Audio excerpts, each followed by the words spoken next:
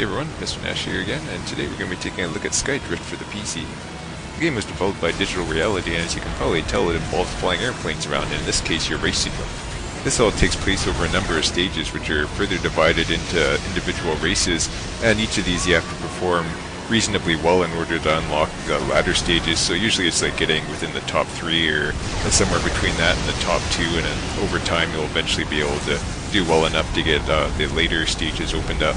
The races I've encountered so far have been Power Race, Speed Race, and Survival Mode. Power Race is like a vehicular combat thing where you can pick up weapons and shields and stuff, and you have to shoot at the opponents and try and destroy them so you can get past them while you're racing, and you can get shot at too.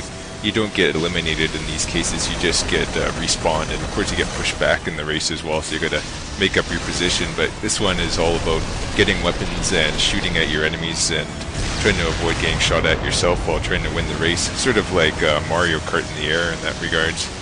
With Speed Race, all of the weapons have been removed from the level, but you'll see all these big golden rings that you have to fly throughout the track, and these give you huge speed boosts while you're flying around. And if you don't get them, you're going to fall way back in the race, but when you go through them, you start going really fast, and you can start chaining these together to get to the ridiculous speeds, well over 1,000 miles per hour according to my speedometer.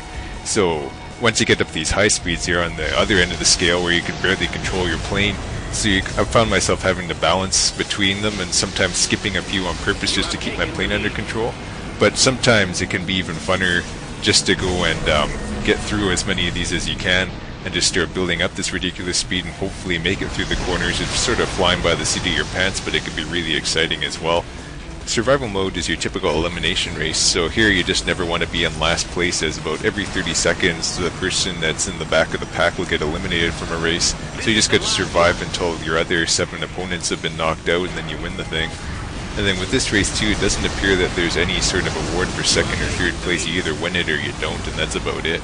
There's a pretty decent selection of weapons as well, and these can range from really straightforward stuff like missiles you can lock onto enemies with, and then there's machine guns that you can shoot opponents with, and then you have this landmines that you can drop behind you at strategic areas to try and blow people up.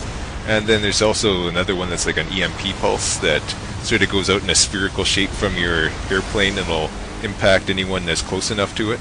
Then you also get stuff like shields that can protect you from other enemies' attacks, and as well as like a repair option that will fix your plane if you've been taking damage. And also, if you don't want to use these power-ups, you can convert it into boosts, which will go into your boost gauge, and that can be used for like a turbo thrusters every once in a while. Then as you progress through the game, you'll be able to unlock more and more airplanes. You start off with a pretty average one, which is actually pretty good in terms of stats because it gives you a decent mix of power, speed, and weapon ability. But as you go through the game, you also start getting other planes. Some will be like really fast, some will have heavy armor, be good for combat, some will be really good at maneuverability but not that fast. So you're going to get all sorts of different types of planes that you can choose from, and each of them is sort of good for a different type of playstyle, and some lend themselves better to certain maps better than others do. And then on top of this, you'll be able to get new skins for all of these planes as well, so if you want a custom look, this will be an option as you get further into the game. The controls took me a little while to get used to, but this is largely getting a feel for how the planes like to behave. So they're obviously in the air, so they're going to be floating around a bit more, and you have to get used to doing stuff like something called a knife turn, which is where you turn your plane 90 degrees. This will allow you to do super sharp turns, say like you're going through a really steep cavern or something like that.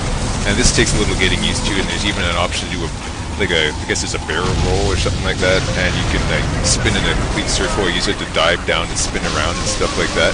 So you're going to have to take a little while to get used to the controls and then get used to the advanced stuff if you want to do really well or get all fancy in your races.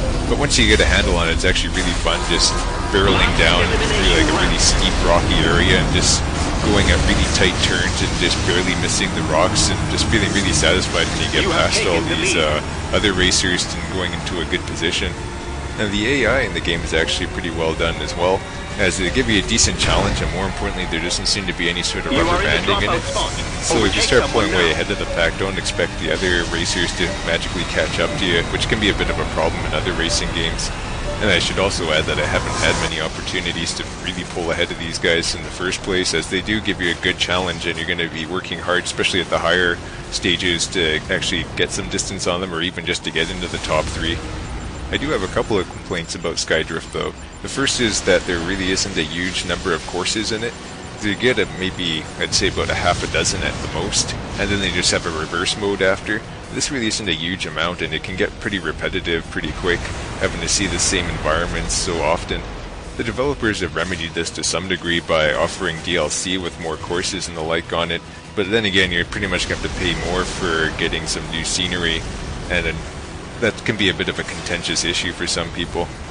My other complaint is far more minor and has much more to do with the gamepad I was using while playing SkyDrift. So I have one of those old Logitech USB controllers that's kind of like, pretty much it looks exactly the same as the old PS2 DualShock controller. And while the game does support some Logitech stuff, I noticed here, for whatever reason, the buttons for operating your knife cuts, they weren't working as well as I would have liked for me, because for some reason they kept on forcing it to be an up and a down on the right analog stick as opposed to like something far more intuitive like a left and a right. Eventually I was able to train myself to it, but it seemed kind of odd that there's this minor discrepancy in the controls. Other than that though, the game's pretty decent. It almost has like a Hydro Thunder of the Skies sort of feel to it, in how it's like a bit more of an arcadey, combative racing game. About the only thing I would have liked to see more of is actual racetracks in the complete product, not having to go via DLC just to get a bit more meat on the game. Anyways, this has been Mr. Nash, and as always, thanks for your time, and if you'd like to share your own thoughts on SkyDrift, please feel free to do so in the comment section below.